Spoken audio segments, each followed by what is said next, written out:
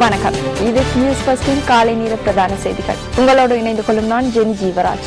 முதலில் தலைப்புச் செய்திகள்.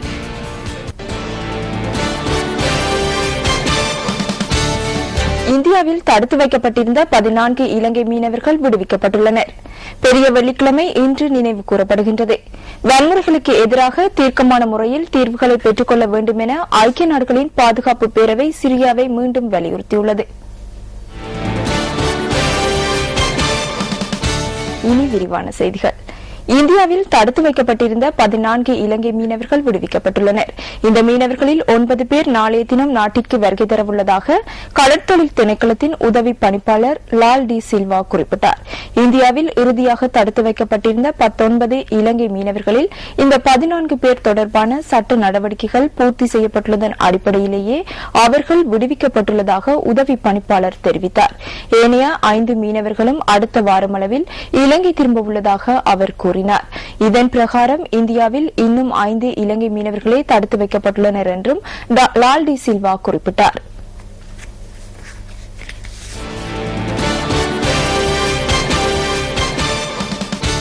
புத்தாண்டு சமயத்தில் கொழும்பு உள்ளிட்ட பிரதான நகரங்களில் குற்றவாளிகளின் விஷம நடவடிக்கைகளுக்கு ஆளாக வேண்டாம் என போலீசார் மக்களிடம் வேண்டுகோள் விடுத்துள்ளனர்.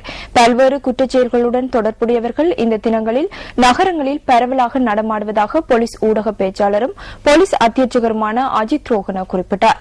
ஏதேனும் குற்ற செயல்கள் இடம்பெறுகின்ற பட்சத்தில் உடனடியாக அருகில் இருக்கும் போலீஸ் உத்தியோகத்தர் ஒருவருக்கோ அல்லது 119 என்ற போலீஸ் அவசர அழைப்பு பிரிவிற்கு இலக்கத்திற்கோ அறிவிக்குமாறு மக்களிடம் வேண்டுகோள் விடுக்கப்பட்டுள்ளது.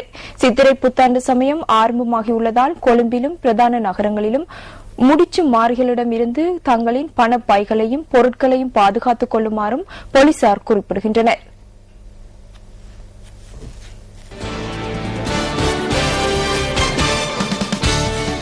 பேலியகொடை பகுதியில் அண்மையில் கைப்பற்றப்பட்ட மதுபான உற்பத்திக்கு பயன்படுத்தப்படும் 1.5 கோடி ரூபாய் பெறுமதியான ஸ்பிரிட் வெளிநாட்டில் இருந்து இறக்குமதி செய்யப்பட்டுள்ளதாக ஆரம்பகட்ட விசாரணை மூலம் தெரியவந்துள்ளது. அவை நாட்டிற்குள் கொண்டுவரப்பட்ட விதம் மற்றும் அதனுடன் தொடர்புடையவர்கள் குறித்து விரிவான விசாரணை நடத்துமாறு ஆலோசனை வழங்கப்பட்டுள்ளதாக கலால் அத்தியட்சகர் பிரபாத் ஜெயவிக்ரம தெரிவித்தார். குறிப்பாக இந்த ஸ்பிரிட் தொகை சுங்க பிரிவில் இருந்து விடுவிக்கப்பட்டுள்ள விதம் குறித்து சந்தேகம் எழுந்துள்ளதாக அவர் குறிப்பிட்டார். இந்த ஸ்பிரிட் இறக்குமதியானது நீண்ட காலமாக இடம்பெற்று வந்துள்ளதாக என்பது குறித்தும் சந்தேகம் எழுந்துள்ளதாக அவர் மேலும் கூறினார்.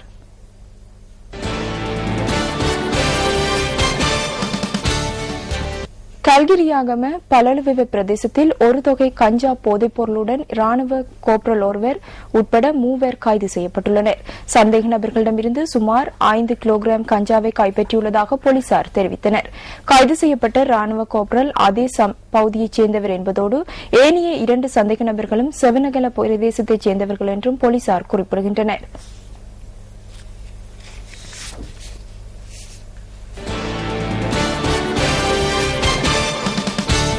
கதிர்காமம் தமன்னாவ பகுதியில் அண்மையில் தோன்றிய ரத்தினக்கல் படிமத்தில் 54 குடும்பங்களுக்கு சொந்தமான 3 காணித்துண்டுகள் மற்றும் அவர்களிடமிருந்து பெற்றுக் கொள்ளப்பட்ட மண்ணிலிருந்து பெறப்பட்ட மாணிக்க கற்களின் ஏல விற்பனை நேற்று ரத்து செய்யப்பட்டுள்ளது.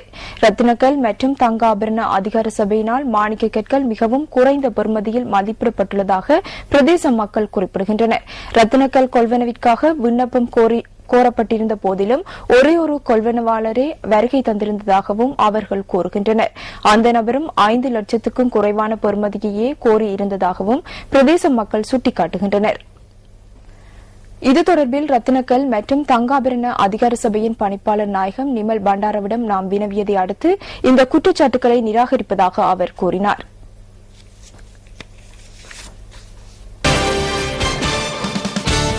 இலங்கை மத்திய வங்கி நேற்றைய தினம் வெளியிட்ட வெளிநாட்டு நாணய மாற்று வீதம் தொடர்பான தகவல்கள் அடுத்து.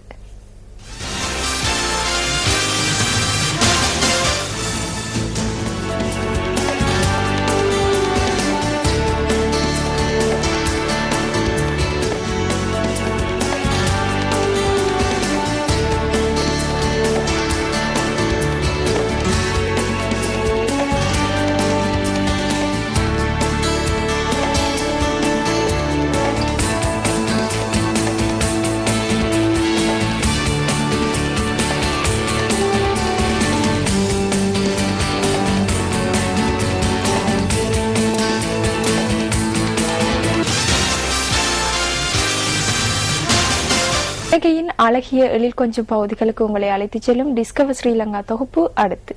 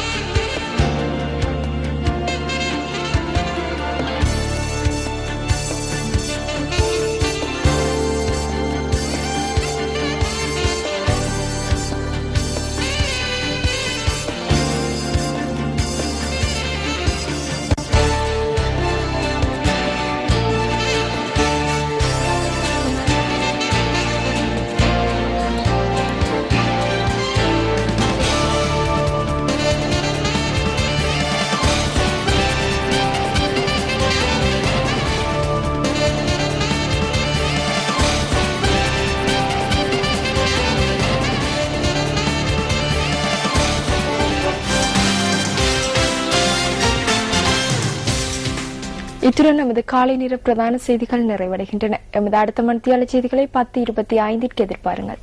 வணக்கம்.